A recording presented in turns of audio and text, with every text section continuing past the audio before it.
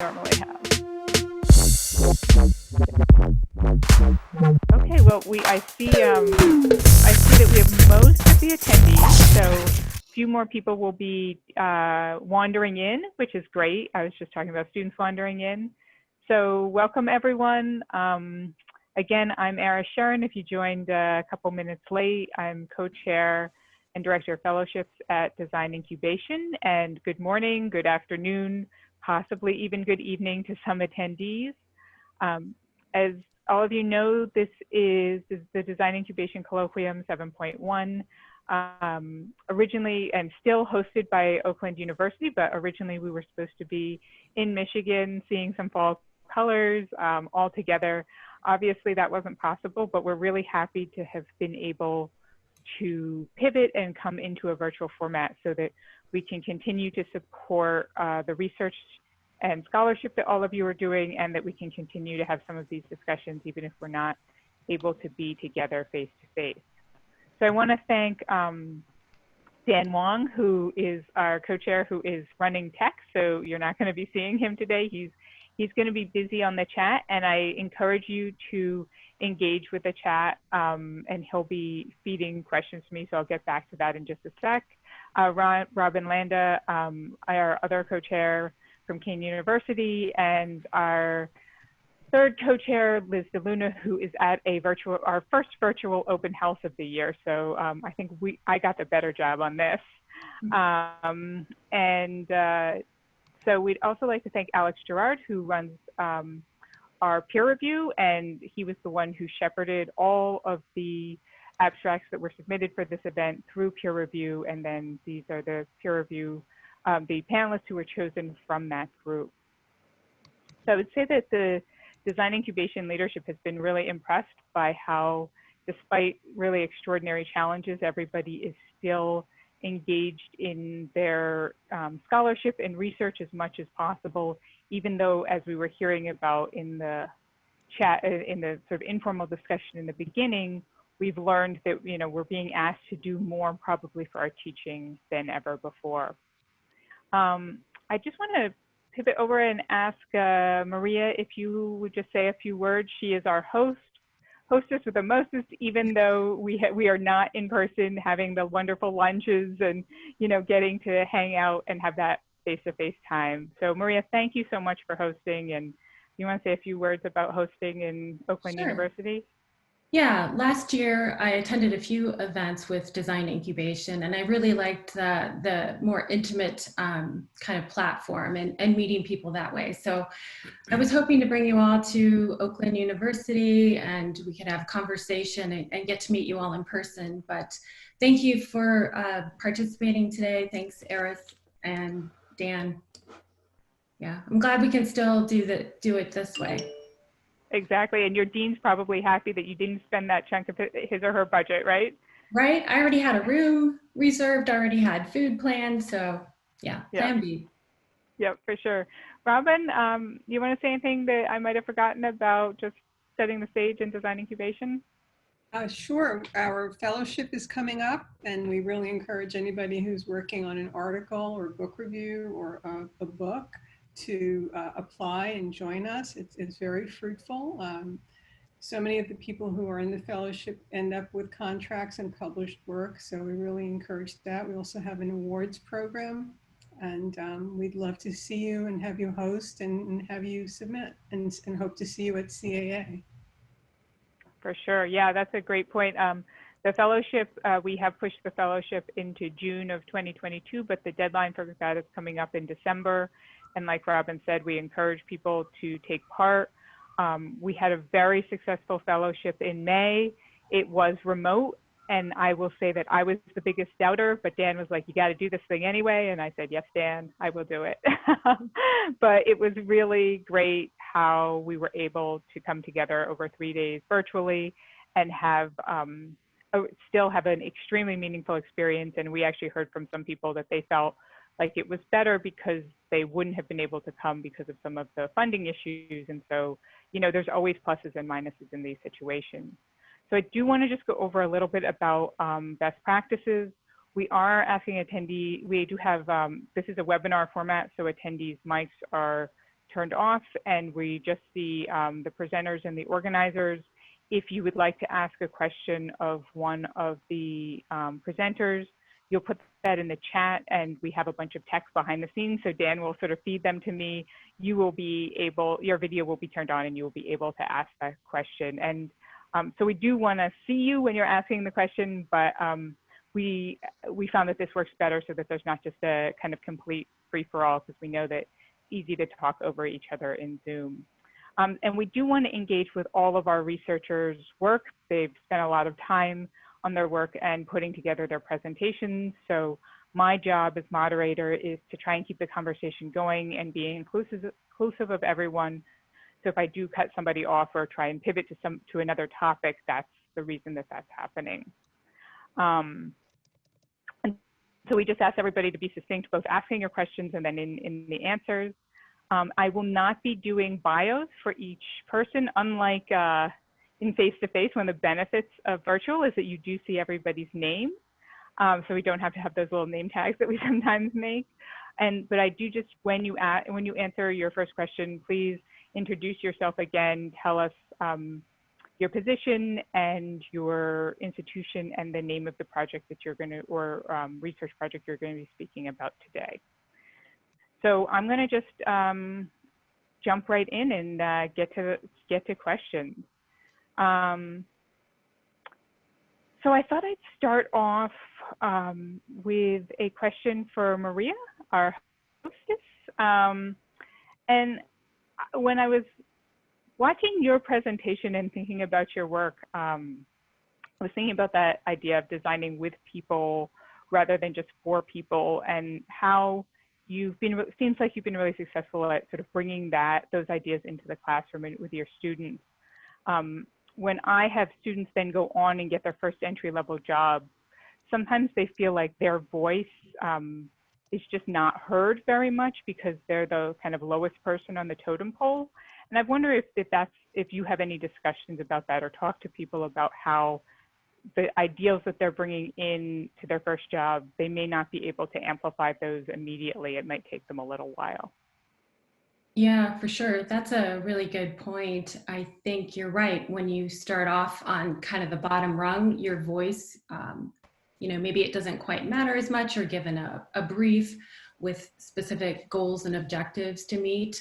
Then there's time frame, and then there's budget too. So one of the things that I've been advocating for is consideration of people, consideration of sustainability.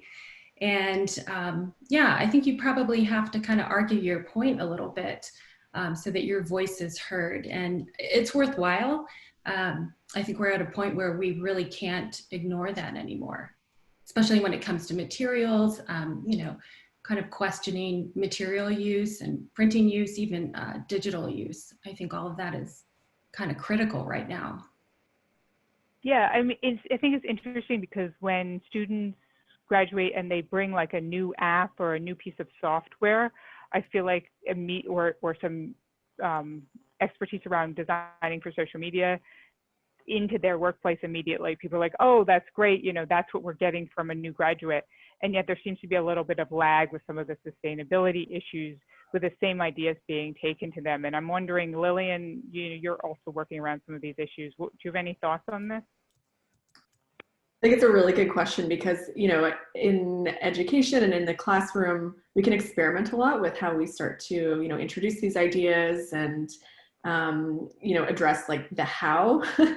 And so, yeah, to your point of when students actually get into the workforce and they may have more limitations on what they're able to actually deal with, I think, maybe something to keep in mind is at the beginning, we need to ensure that students' expectations may be, there's aspirational, but also realistic in the beginning. But I think also ensuring that students have some new ideas and new thoughts to bring to the table that may be something that can play out throughout their career and not necessarily just in their first job.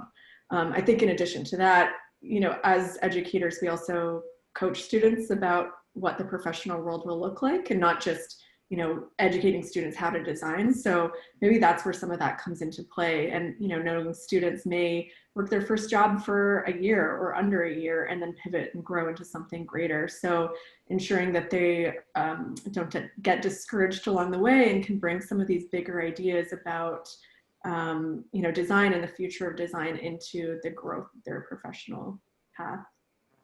Sure. Yeah. And Lilian, can you just remind us who you are and what your project is for if they want to go back and reference it? Sure. Yeah, my name is Lilian Crum, and I'm an assistant professor of graphic design at Lawrence Technological University. And so my research right now is looking at people and how they may be impacting the core values of larger corporations or brands. Great. And Maria, I'm going to just come back to you for a sec. We know who you are because you're our hostess, but would you just tell us the name of your project as well? Yes, mine is on sustainable design thinking and, changing and questioning the design process. One of my goals is really just to get people thinking about people, thinking about planet, and also prosperity, so the triple bottom line with the addition of culture.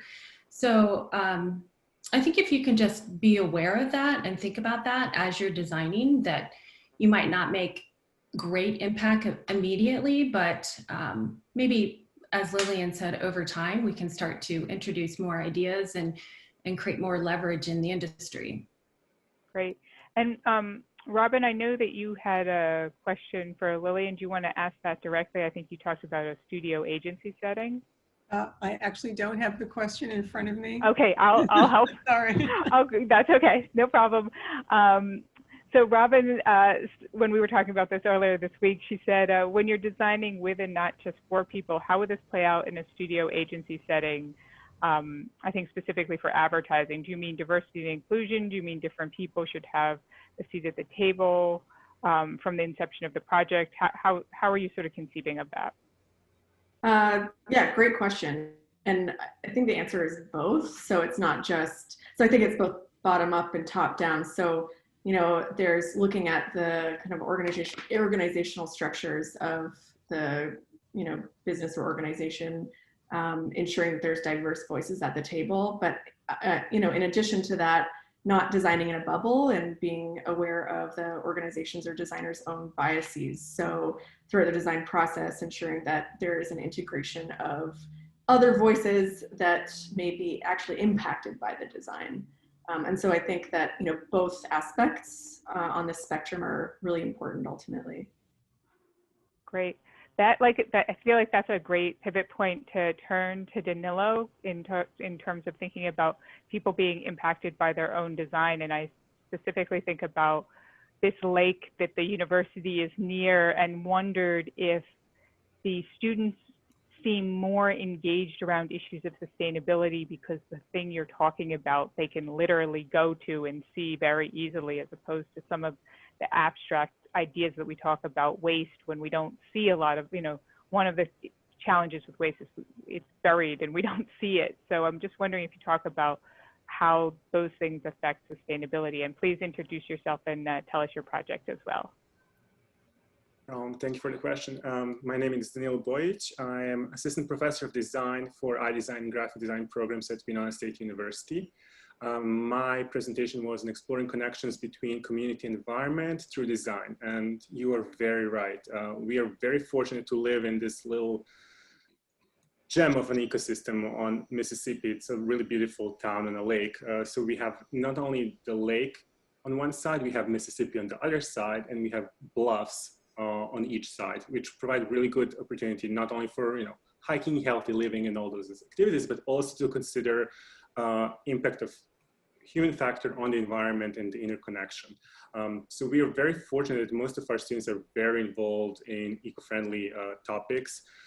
So I was very happy to work with the city and the university and some nonprofits to talk about the lake, utility of the lake, how can we influence the negative factors to lower them, mostly fertilizing and yard waste and all of that, because somehow it all ends in the lake.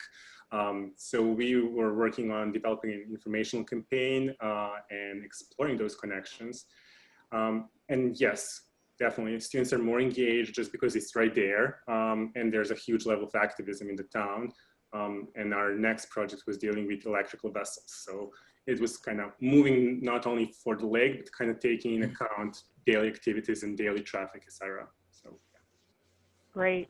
And I just want to remind everybody, attendees, that we'd love to hear questions for the panelists from all of you. Please put them in the chat, and Dan will work on getting those to me, and we'll work to be able to have you ask the panelists the questions yourself. And panelists, also feel free to jump in if you have questions for each other. Danila, I know that you said that your project was sort of paused in the iteration that you had anticipated in terms of what happened with COVID. Has there been any updates on that? Are you going to try and engage people in ways, even if you're not able to meet together? And you did say you're doing some hybrid learning. So has there been any promising, like maybe we can do some of this remotely and some of this in person or anything? Yes, actually, yeah. So I was very bummed when the whole COVID part happened. I had great plans, like let's move this forward, let's go to the next phase. We have done all the research, let's really go into full campaign mode, let's interact with people, let's create material, let's create action. COVID happened, it got canceled. Spring 2020, nothing. However, considering that we have this kind of hybrid learning, maybe there will be vaccine, we have more control over how we interact with our students. So we were very fortunate about our syndicate and our union supporting us to have that liberty of choosing how we're going to deliver our classes and how are we going to interact with students. So they gave us a lot of power to form our classes for the spring. So I'm actually going to try to do that in another special topics class. I submitted it a month ago. Now it's in the books. Registration starts in 2 weeks. So fingers crossed that come January, we're going to start working on it. And hopefully with the warm weather in April, since it's always snowy here, we will be able to actually engage in the environment and go out April, hopefully, fingers crossed. So that's the general idea, yes. So we will kind of pivot and evolve with these new factors we're living with. Great. Well, we're all going to keep our fingers crossed for you that works out for spring. Please do. Yeah. I wanted to think about this idea of place a little bit more, and how place and the specificity of place and the needs of a particular physical location can inform our teaching and our practice. And I want to ask Chad, your project deals with students and being in the community, seemingly from your presentation, lots of face-to-face time.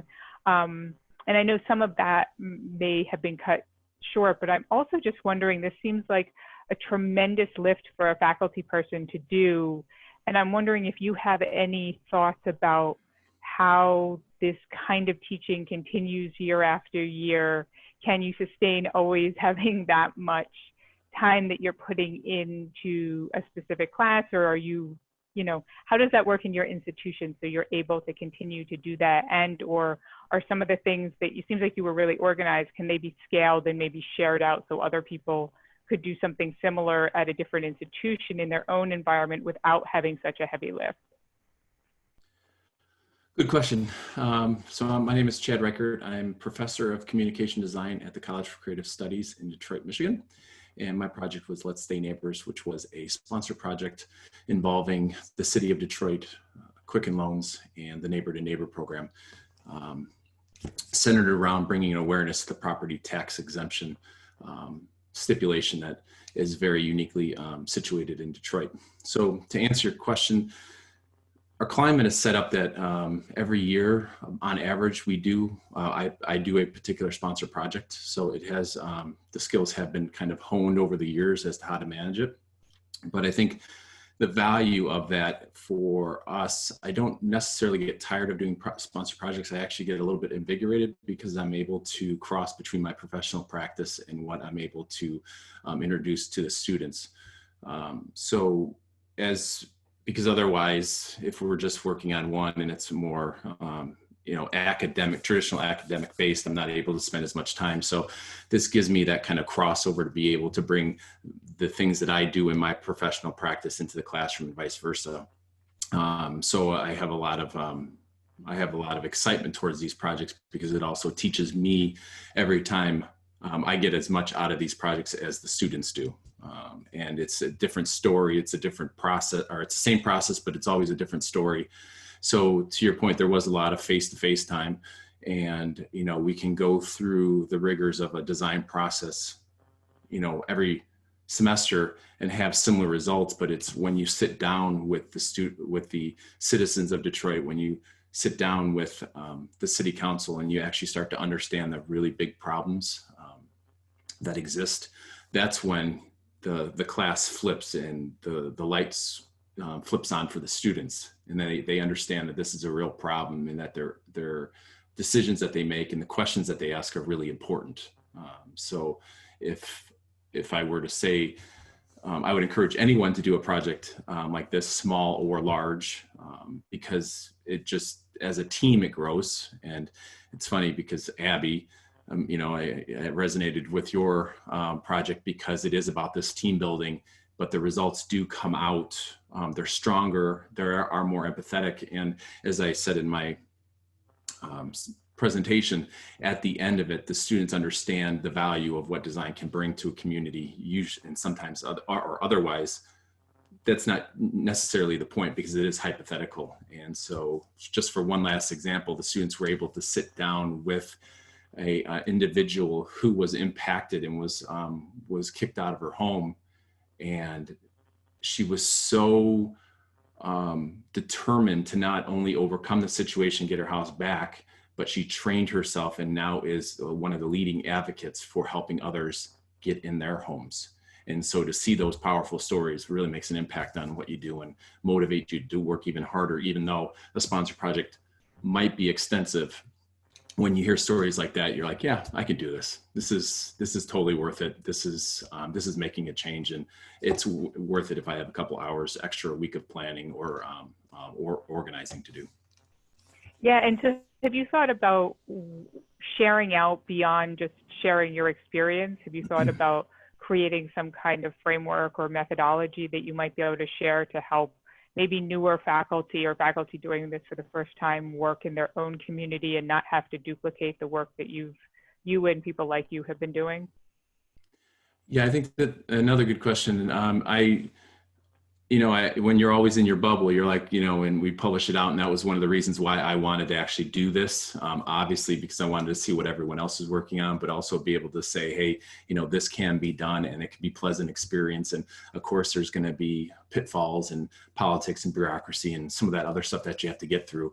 But, I think that was maybe my first step of doing this is what you could do on smaller scales. And, Danilo, he's doing, when he was talking about the lake, that's his thing, right? It's something very specific to his neighbor or his area and his region, and Detroit's our backyard. And so I see that popping up. So I'm very encouraged to see everyone kind of taking their own stake in their own areas and making something happen. But if anyone was interested in the process, I would be happy to share offline. Great. Yeah, hit Chad up, because I think that, like, as somebody who's been in the, has been teaching for a number of years and has had the real privilege of being with so many faculty and seeing their presentations through Design Incubation, that's one of the things that, I think that there's a real generosity in our community for sharing, but we don't always know what other people are doing, right, without attending an event like this. And so the more we're able to get the word out and reference precedent, what other people are doing, reference precedent, and share ideas, the more efficient that we can be. I was going to go first to Robin, who has a question. Do you have a question that you can? Oh, you're muted. I now have my questions thanks to Dan. This is for Abby. Do you see what you're doing as a practicum model, and does your university see it as a practicum? So and maybe you could tell us about your paper and introduce yourself. Sure. My name is Abby Guido, and I'm an assistant professor of graphic and interactive design at Tyler School of Art and Architecture, which is part of Temple University. They just added architecture to make it even longer to introduce what we do. My presentation was on collaboration in the classroom, and it's something that I've kind of grown passionately about as I've explored more human-centered design and UX design, and thinking about how those practices can be incorporated in all design curriculum. There's no structure for Practium for it to be named that way in our class structure. I'm sure, like many of us, as the industry is rapidly changing, we also are trying to keep our curriculum up with that. And so we're in the midst of a kind of redesign and with the possibility of that. But right now it's just a special topics course. The one that I was shared was open to juniors, seniors, and MFA students. And I had all three types of students in the classroom. So.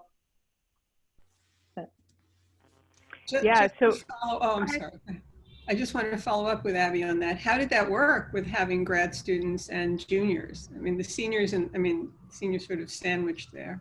Sure, it actually worked out great. We're trying to do more of that, in fact, just so that everyone can learn from each other and collaborate and build that community there. So there really were not any issues at all. Great. And I think, Maria, did you have a question for Abby? We'll just let you ask her that. I saw something in the chat. Oh, it wasn't my question, but I guess, Abby, could you tell us more about the event design portion of it? Sure, I think it was a different Maria. I'm looking in the chat. Oh, I'm sorry. I'm sorry. There's more than one Maria, and this is why we have people running tech and we have me moderating, is because it's so Abby, you saw the question. Do you want to just repeat it and answer it if you would, so we can do that? Sure. I see the other Maria has been moved into here. Do we want the other Maria to? Oh, sure. Yes, okay. Please. Maria Galante, welcome. Sorry for the confusion. No, I'm sorry that we have a similar name. Abby, I was really interested in how the students felt about being interviewed. Like, how were those decisions made about their roles? Was there a rubric to arrive at that decision? And then once they were finally in their roles, were the students happy about that? Sure, that's a really great question, Maria. In fact, I'm doing it again this semester, and I did it a little different to kind of test and compare. The first time around, I was just the only person interviewing them along with their classmates, and the students sat at the front, shared their resume. They had copies for us all, and I kind of led the way and let the students also jump in and ask questions.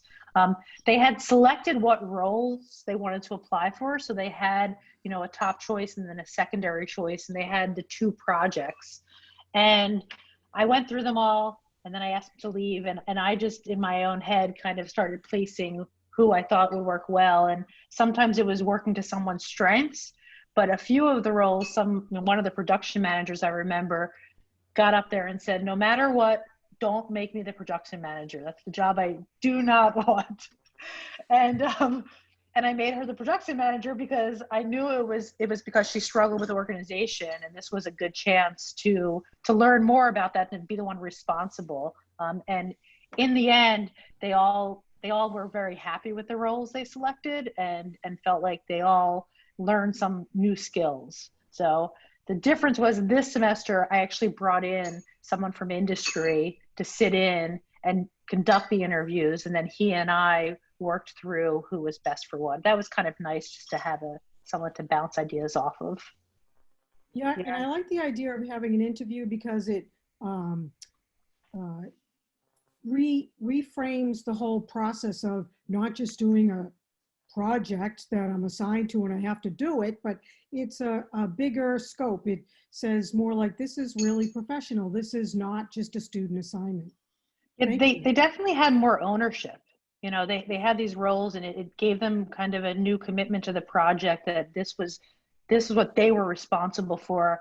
And in some ways it lessened the load on me, because they had a student that was making the schedule, and I had students doing all the different pieces, and it was really nice to be able to guide them, but to kind of let them work together and figure out some of those details.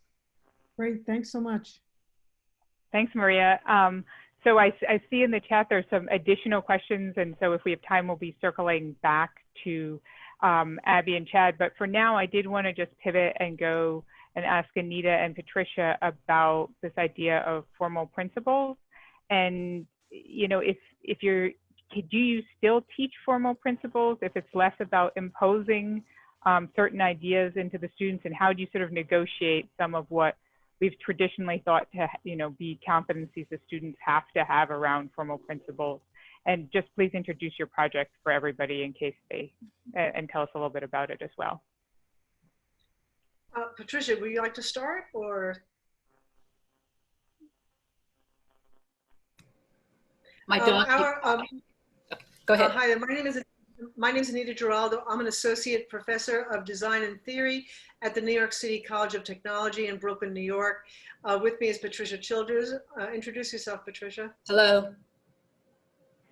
Patricia also teaches at City Tech with me. We both teach a capstone freshman course in graphic design principles to a certain extent. Where our project is, we're doing the exploration on whether we're going to assemble what we've been teaching into an open source online digital textbook for freshmen.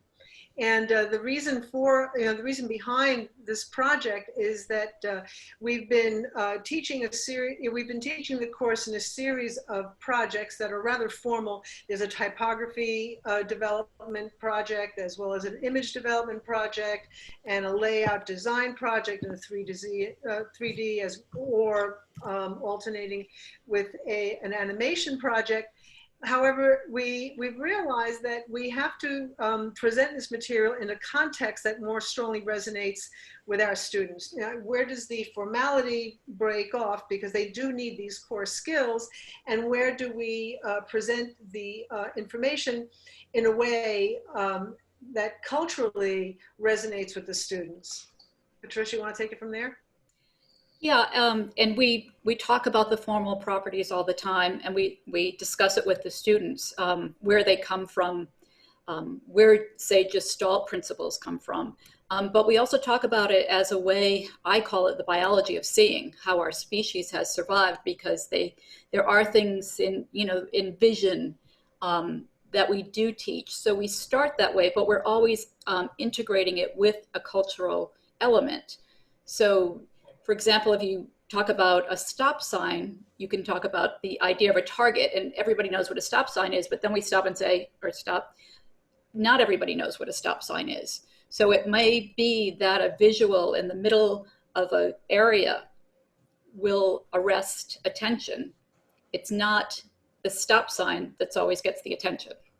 So it brings in the idea of symbolism a little bit without hitting on it too much, but it's also what is cultural and what is actually biological. And we don't speak about it in terms of biology, but in terms of how vision works.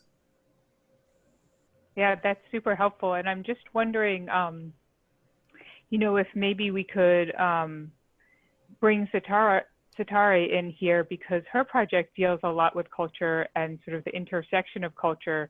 And right now, I had a question originally sort of about, can some of these ideas that seems to be a very personal project for you, does that come into your teaching? But I wanted to add to that, especially as I'm sort of hearing everybody and them talk about how they've had to change given the situation. And one of the things that I feel like is lost is some of the cultural connections that we have, either because of study abroad programs or even just moving around our own communities, have been lost as we've, staying in these literal four walls that I have here for months on end. And so I'm wondering if these kind of projects, Satari, could maybe help, we may not be able to travel, but help us sort of get some of that feeling of travel and cultural exchange while we're still, locked in our houses or locked in our small communities. And have you thought about any of that? Yes, hello, I'm Satara Qureshi. I'm assistant professor in Oakland University in graphic design. Most of my projects, it was about how I can use the Iranian or my background culture in graphic design. And also I was willing to teach students even how they can use their cultural background in their work. Recently, I had a workshop in AIGA. That's how I can teach to students to, for example, create Persian rug motifs in their work, or how they can familiar with some other countries' motifs or pattern that they never seen, or even some of the motifs or patterns is very similar to other cultures in Indian culture or Mexican culture. And there are lots of geometric patterns that it is very similar to each culture, and each student can use it for their project. That is one of my goals, and for this presentation, I mostly talked about my project, but in next design incubation, I will definitely bring more about how the student can apply their background, or even from the other countries' background for their projects. And as you, for example, mentioned about the stop sign or some symbols for in a restroom or bathroom or in airport. In some other countries, especially, for example, some countries, they have some restriction about women, is completely different. And we want to know that, for example, the visual language, how it helps for graphic design students to have a communication through other cultures. For example, the restroom pictogram in Middle East, or at least in my country, the woman have to have a scarf. It's a very small elements, is just maybe triangle and is a circle, but it brings lots of meaning. And religiously and from the government, we cannot use just a circle for the woman, for the head of the woman. These are just very subtle differences that Patricia, I like that you mentioned, but we can have a different cultural perspective too. Great. And we have Marissa, who has a question for Anita and Patricia, and hopefully that'll sort of tie in more to these ideas that we've just been talking about. Marissa, you want to introduce yourself and tell us your question?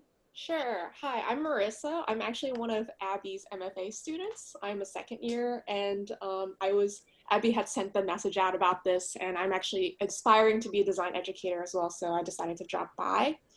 And so my question is for Anita and Patricia, as mentioned, and I noticed that in your presentation video that a lot of, in terms of trying to help students learn about these design principles, you guys have a very huge focus, or it seems to be a lot of the final projects are more print-based. And I was wondering how you help those students translate those skills to digital media. I'm doing a research project about essentially that sort of idea. So I'm very curious to see how other schools approach that. Well, we start from print in a sense. It's more of an icon project or a letter project. And then we move to the poster, which is print. It goes online. From there, the choice is either a cube, which again is constructed, or a motion project. And so the motion project really does start to introduce that. We don't go into, say, websites or anything like that, but we address it often, of course, with the grid. For what we're doing, it has seemed to be too much to try to introduce that too. So we're getting basic form, which is print, which tends to be print, and incorporate culture with that. But we don't go into website design. That's kind of like another level up, because we really are at the very beginning. So I guess as like a follow-up question for that, because I'm very interested in how design principles are translated from print foundational to kind of website, or not necessarily website, but digital media. And just because from my own experience, there's a lot of struggle from me. And so I was wondering if that kind of struggle, with such a focus on foundational, if you continue to have, or if sorry, excuse me, if there's some sort of struggle that you're noticing in students in like kind of learning how to apply those design foundation skills to more of like a digital media, and like, you know, in terms of helping them navigate through that. Yeah, you know, the thing is, it's, you know, we're talking about print because they print it out. Now, this semester we can't do that. And we often take, the final thing is a process book, and we often put that online. We'll put it into a magazine, an online magazine format. But a lot of the of what we're talking about, which is vision, how people see, perception, is print or digital. It's just, you know, it's a basic of visual literacy. And that's more of what we're focusing on. We do incorporate, the culture again brings into that vision. There's a certain amount of visual literacy we all see.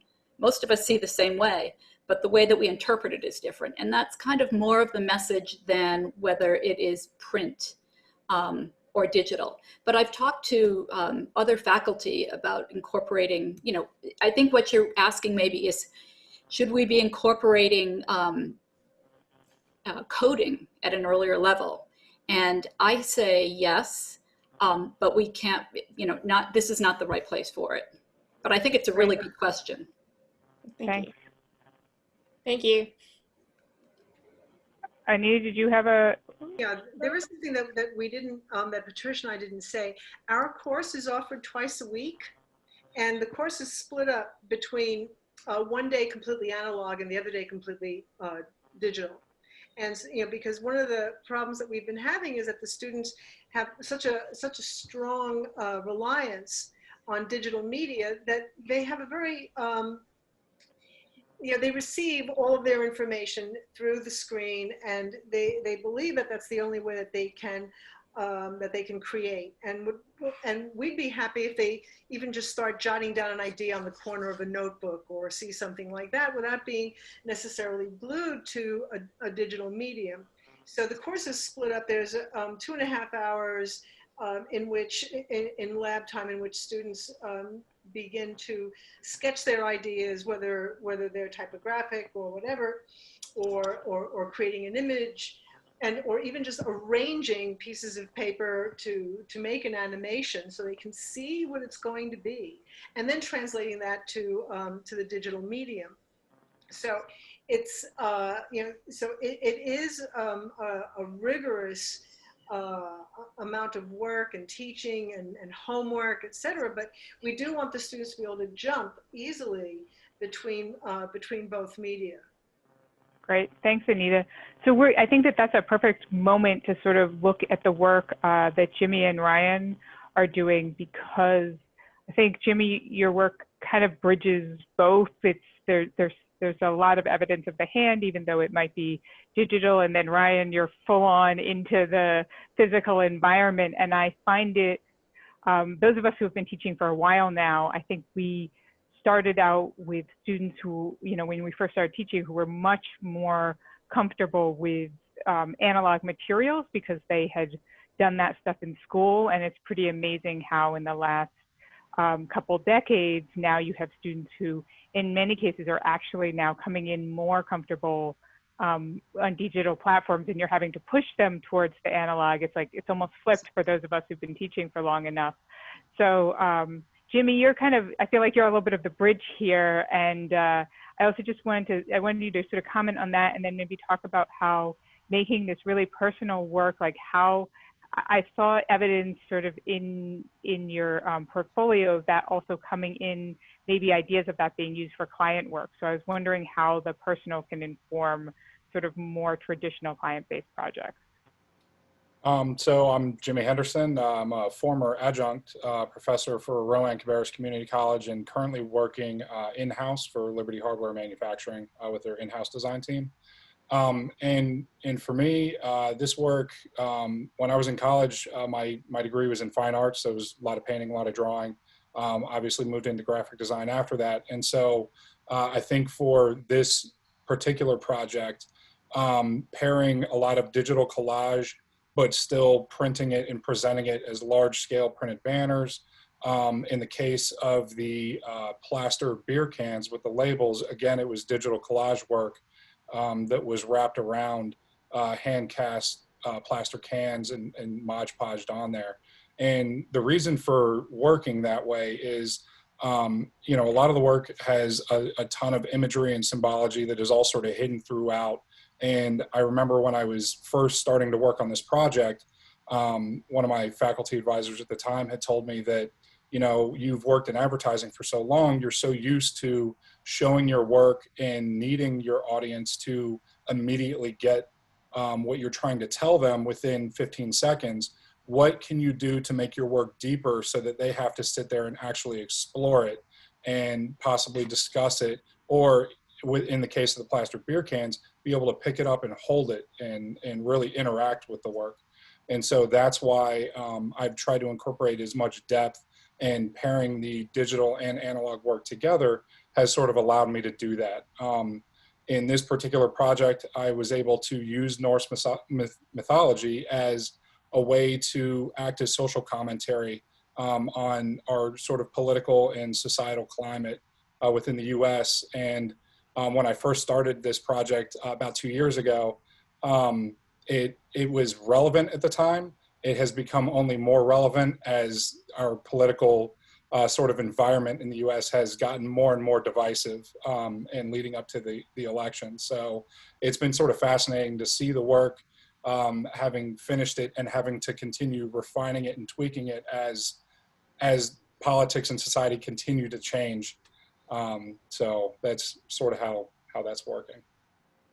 Great. Yeah, thanks for sort of taking us on that tour. And yeah, I mean, it's pretty amazing how that work probably initially seemed like you were in the moment, but for better or for worse, the climate that we're living in now has almost amplified how that, you know, that work seems even more poignant. And I think about that's sort of some of the lasting power of art and design, right? Is when it's not just good in this particular moment it was made, but it continues to be relevant.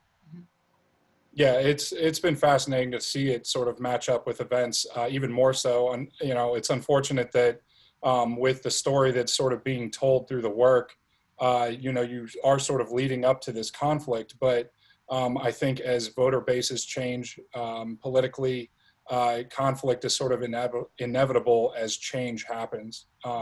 And so, you know, it ends up having a happy story at the end. There is a theme of hope at the end, but unfortunately, there is, you know, this sort of political and societal conflict that is currently happening and sort of has to happen to get there. I think you know, the work sort of shows that it happened 35 years ago-ish, as political upheaval kind of shifted hands from an older generation to a boomer generation, and now we're seeing it again as political power sort of shifts from boomers to millennials. So, yep, it just manages to stay relevant. Great. So Ryan, I know we haven't talked about your work yet, but I want to say that I was really excited about this work, and not just about the work itself, but about how you sort of narrated and posited your sort of research around this. And so I think that your work combines a lot of the things that we tend historically to love as designers. It has that, like, the action, you know, there's something physical, it's about type, right? We all love type. It sort of has this visual seductiveness, but that's not actually what I found most compelling about your presentation. What I found most compelling was that you clearly referenced precedents over and over in your research and talk about the importance of that in terms of how you're thinking about your work as it evolves. And I just wondered if you would mind, that's sort of the unsexy part of your project, but I would wonder, that's really useful for all of us to think about, so we're not just sort of reinventing the same wheels. And so I was wondering if you could talk about just always tying the evolution of your work, whether it's creative work or otherwise, to precedents and to what has happened before and what other people are doing. Well, I think, I mean, the whole history of type is always based on precedent, right? You know, it's just constantly an evolution of form that one group then evolves to the next group, to the next group, to the next group. And I think I sort of see that still happening today. And I think part of it is somewhat, and this is going to sound weird, I don't necessarily want to reinvent the wheel, even though I'm kind of also somewhat trying to do that. And I do think that like that constant look of looking back at history, partly to also see if there's ways we can shed new light on history. And I think that's a big driving force throughout the work. I don't know if that fully answers your question, but I think it's actually very critical. You know, if we're going to be talking about either making type for letterpress, or if we're talking about trying to add in that sort of human hand component into, you know, using a CNC router or a pen plotter, I think we need to look at type from that very perspective of how it was created back in the, you know, 13th, 14th century, medieval manuscripts, how the hand kind of informed the letter forms themselves, and that sort of evolution. And then sort of thinking about like, well, is there ways that we can bring that back, even though we're using a machine language, you know, in all sorts of kind of ways? Or how can we apply these to techniques even still today? You know, the resurgence of letterpress in the design community and art community, I think, is a good example of there's just a general interest in sort of hand making, and the craft world in general kind of has that. And I think finding ways to kind of say, okay, we have all these tools available. How can we also then inform all these hand processes that have existed? And I think history plays a critical role in sort of doing that. And I forgot to introduce myself. I'm Ryan Molloy. I'm a professor of graphic design at Eastern Michigan University. And the work, my presentation is called The Machine Hand, but it's really about sort of rethinking the single line font and how we kind of do that. So. I have a question just about making this kind of work, because you seem very engaged in creative making as a research practice. And one of the things that's come up over and over again through our work at Design Incubation is that in the last decade or 15 years, there's been kind of a shift in terms of academic institutions putting greater work on what would be considered more traditional scholarship.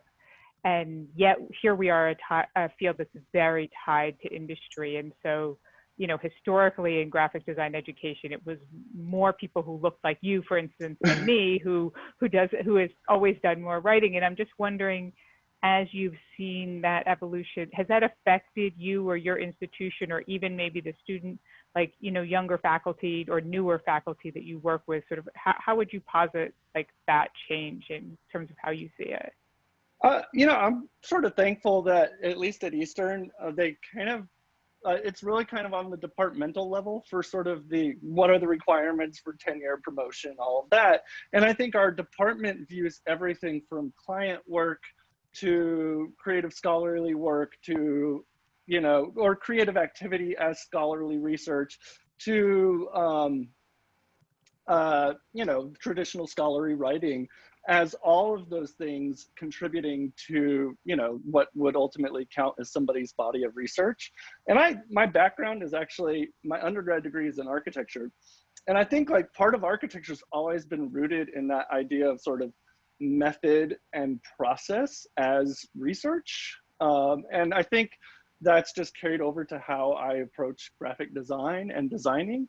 And so I try not to like even separate making from not necessarily being viewed as not a research activity, because I think what we do as makers is creating processes, we're creating methods, and that very much is a form of research, although sometimes not regarded as scholarly research in graphic design at times, but it's long been held a tradition in other fields in the design discipline as research. And so, yeah, I definitely am a proponent of it.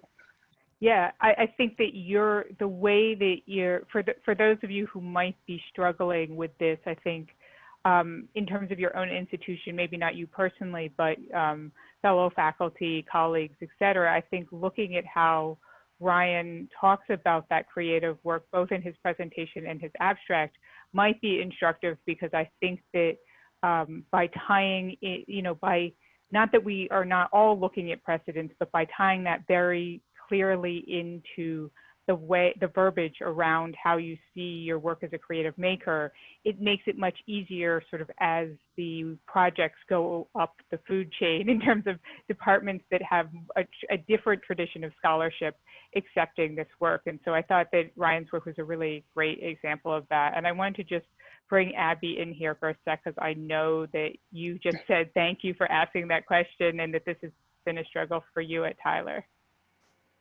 You want to just mention that or ask a question? Yeah, I'm accidentally stopping my video. You know, it was the same thing. It was just kind of that shift. You know, I'm the first tenure track faculty member after probably a 15 or so year gap. And so even the guidelines hadn't really been looked at for that long. And it was definitely then much more focused on being in practice and the work you're creating, more so work that goes into galleries, poster design particularly. And so I'm definitely kind of bridging that gap and struggling to figure out where to put my time while I do have my own design firm. And our guidelines were just rewritten with me in mind as I come up. I also have interest in writing, and actually backwards, kind of the opposite is happening a little bit, where the school is unsure how that should be valued in design from the faculty. All the administration wants more writing and more articles and more publishing. So it's just a battle we're kind of going through right now.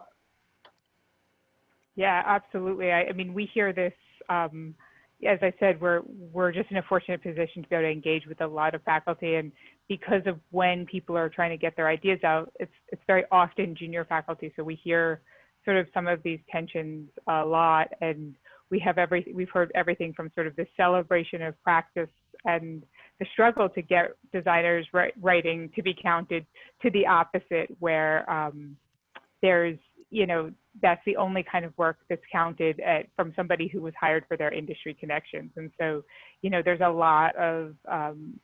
sort of a lot going on in this evolution. And I think that the diversity of projects and the diversity of questions and areas of inquiry that all of our panelists have been working on today, or that we've heard about today, are working on and continue to work on, really show that, like, the plurality is where we should be going, right? That by the time we make our little boxes, the world changes around us, and we really need to be able to be a little bit more nimble and to respond to the world and to respond to what our students need, and not have this sort of straitjacket applied. We could go on. I mean, I could ask you all like 100 more questions, and I know there's some questions from the chat that we didn't get to, but I also want to be mindful of the fact that this is people's Saturdays. And so I was hoping to just really quickly go around and just hear from each of our panelists, like any takeaway, any thoughts that you have to share with both the other panelists and the attendees as sort of like a takeaway for today. And does someone want to, I know I'm putting you on the spot without having told you I was going to do that, but does someone want to sort of go ahead and go first on that? I'll jump in. And maybe just more of a like takeaway for us to think about, maybe less to respond to, but something that Chad was talking about in relation to his project, and he touched on, you know, engaging with communities. And I keep thinking in this pandemic reality that we're living in, that is looking really different. And I reflect on some of my own experiences in practice, trying to engage with communities and realizing, for example, that many don't use email. And so, you know, if that's a default kind of method to engage with people, then that's extremely problematic. So we need to be rethinking that entire kind of research process and ensuring that we're doing that well and being mindful of those types of limitations and barriers. Great. Somebody else? Oh, yeah. I'll go ahead. What it got me thinking about, and this kind of resonated with what everybody was saying, especially the last conversation, is that we're all looking at different directions, and there's so many different directions in graphic design. Graphic design is basically expanding so much from so many different possibilities, and the Academy has not quite grown with that, in the sense of just asking for papers when there's community involvement and cultural involvement and so many things that in terms of communicating, a paper is not the best way to do that. So I think it's up to us to kind of push for that change. I was at the Bauhaus presentation at Yale last year, and they're talking about the same thing. It's across the board a bit of a problem. Great. Yeah.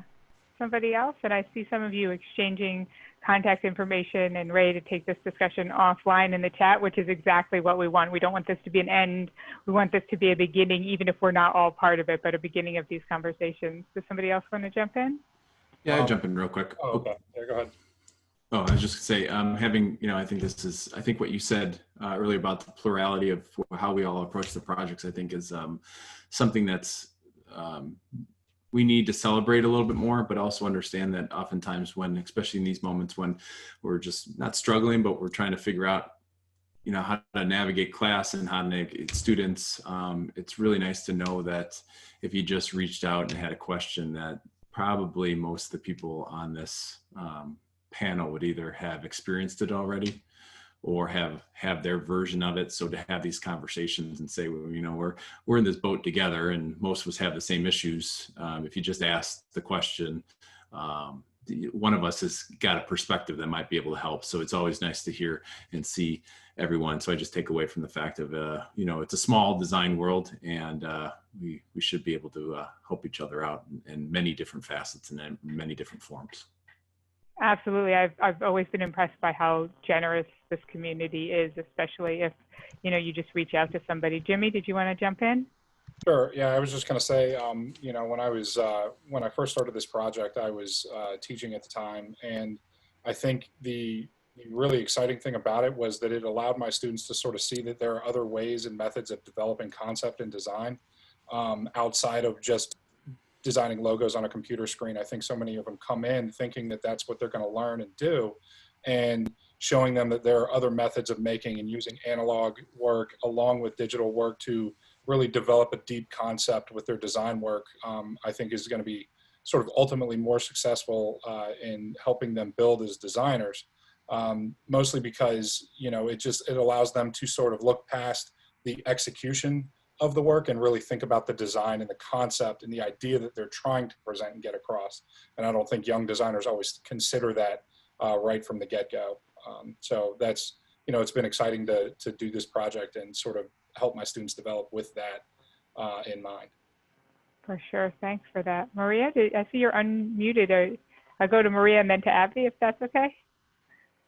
Yeah, I think it's just really interesting. That process is so important to us, and we're influencing these young designers. So if they can question process when they're professional designers, I think that's what's going to create change. So I think it's just so exciting to see that process is important to all of you.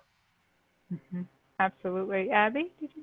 Sure, to kind of build on that about us all collaboration and bringing it back to collaboration, I would just encourage everyone to think about being online and how collaboration can help the students come together and spend more time together. I found that that's been a nice kind of bonus setting, and that I'm always more than happy to connect about this topic and also with others.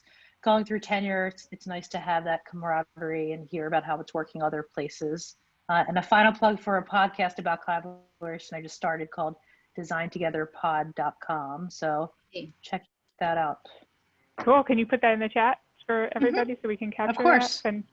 Fantastic. And I would just say that when we have these events, one of the markers, like my own way of thinking about whether or not these events are successful, is that later I hear that, two people who met at an event like this started collaborating, or somebody was a visiting critic for somebody at another institution. And obviously it takes like an extra couple clicks to do that in a virtual setting. But like we heard from Abby, there's also some pluses, right? Like I can come and visit your class without you having to fly me to wherever you are. And so, let's take advantage of that and try and get some of this more organic, some of the more organic connections to be fostered off, as we go forward off the chat as well. Aris, I just want to remind everybody that we have a social board. We have a discussion board for questions about tenure and promotion and meeting everybody. So maybe if Dan can put that URL in the chat, that would be great. For sure. Great. Any other last thoughts from panelists? Yeah, I have one.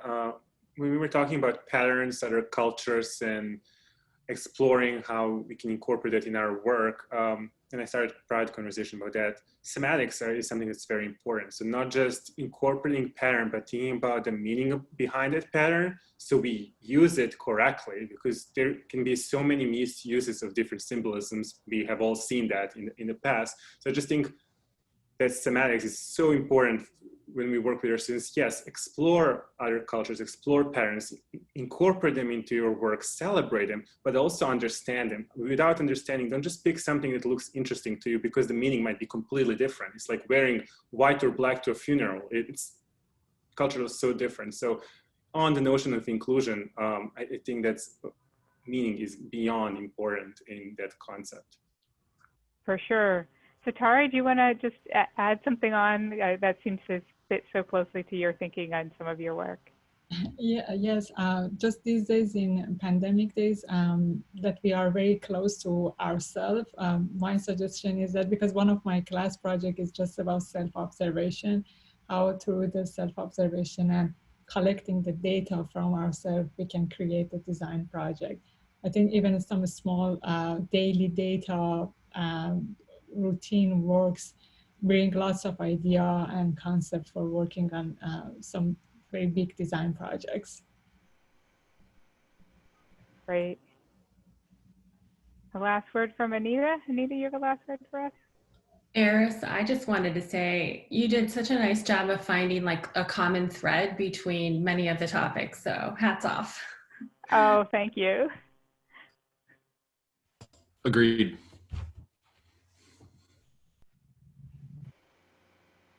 Brian? I just, I'm just kind of in awe of all the different modes of research making, collaboration with the community. And actually, I'm teaching our advanced graphic design class next semester, and it's just, every time I see something like this, it makes me think that this is the most important thing to kind of convey to students, particularly those advanced students as they're going out into the world, is that there's all these different ways we can conceive of making.